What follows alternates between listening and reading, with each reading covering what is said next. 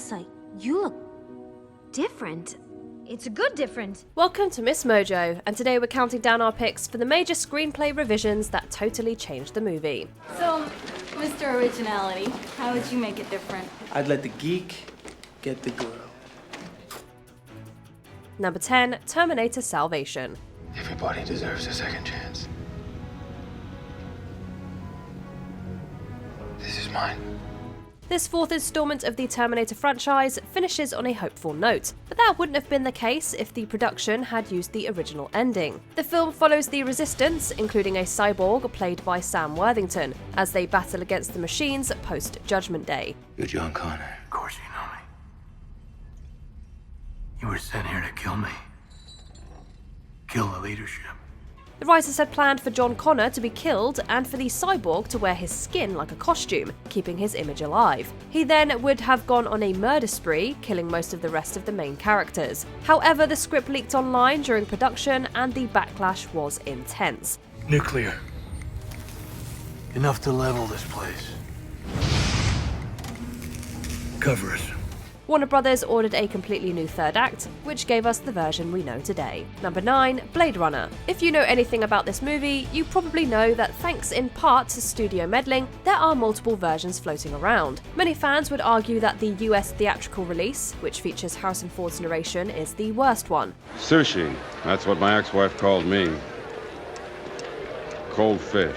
The voiceover was added during post-production after test audiences reacted negatively to a screening, finding the film confusing. Neither Ford nor director Ridley Scott were happy about the addition, which completely changes the tone and feel of the movie. Where am I going?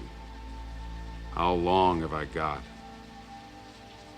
All I could do was sit there and watch him die. It's hard to argue that Rutger Hauer's beautiful monologue is improved by Ford's voice jumping in to over-explain his thoughts. Fortunately, modern fans can enjoy both the director's cut and the final cut, which remove the obnoxious narration. All those moments will be lost in time. Like tears in rain. Number 8, Pretty Woman. I know about wanting more. I invented the concept. The question is how much more? I want the fairy tale.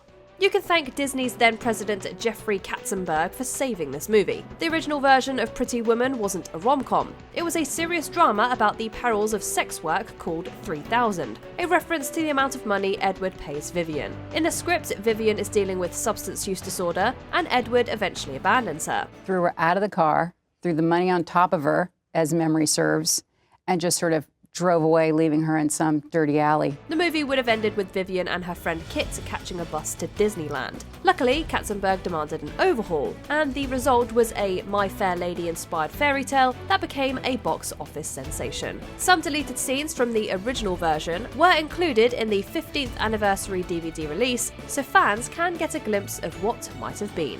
You out of your neighborhood, homeboy. This ain't no Beverly Hills. I don't believe this. He sees a knife coming out of his skateboard. He's going to stab me. What are you going to do? You strangle me with a slinky? Number 7, Batman Returns. This script went through multiple rewrites before Warner Brothers and Tim Burton settled on something that satisfied them both. You don't really think you'll win, do you? Things change.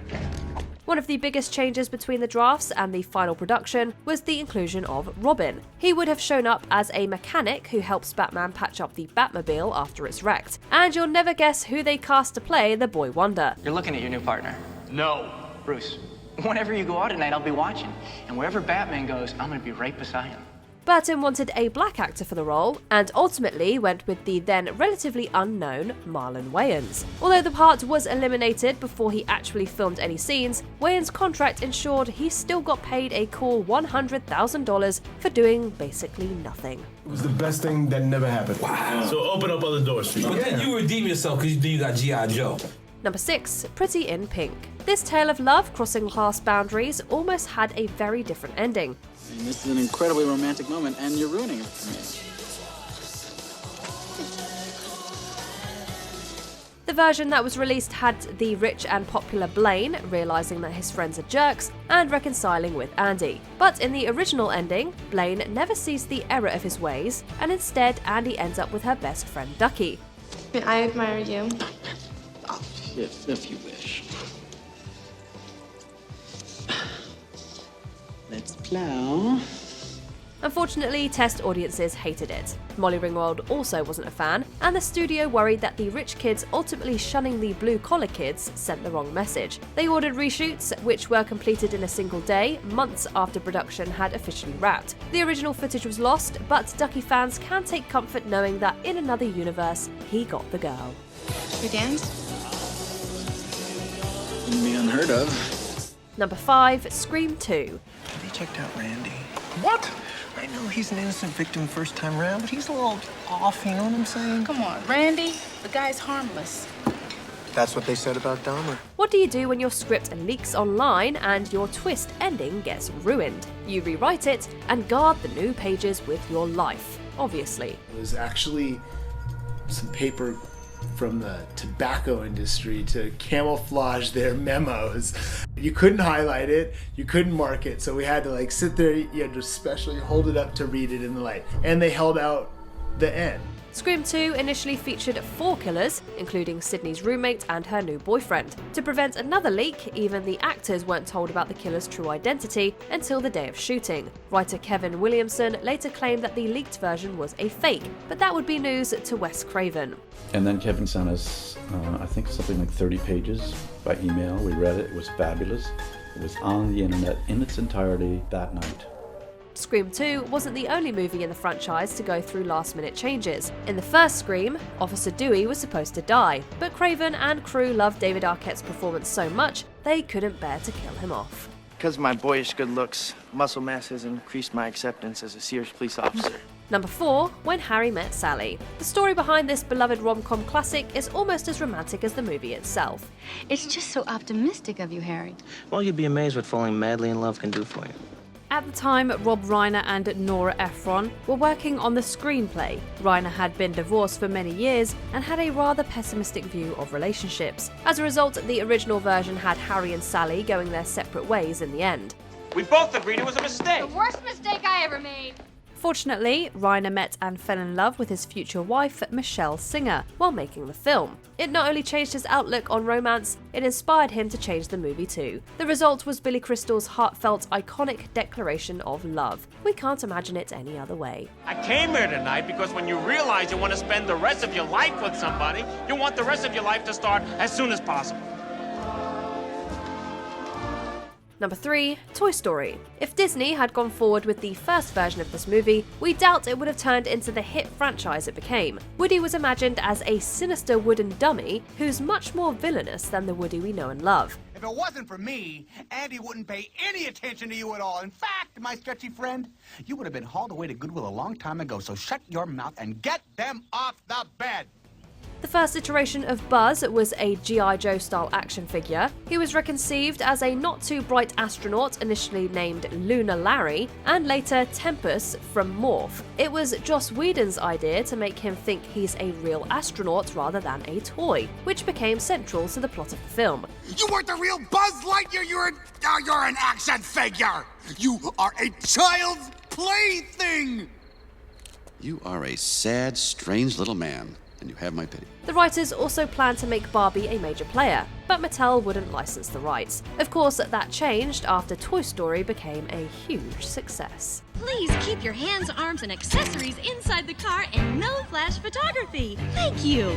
Number 2, Frozen. Disney superfans probably know that this movie is loosely based on Hans Christian Andersen's fairy tale, The Snow Queen. They might not know that, like Andersen's title character, Elsa was first conceived as a villain and would have been voiced by Megan Mullally.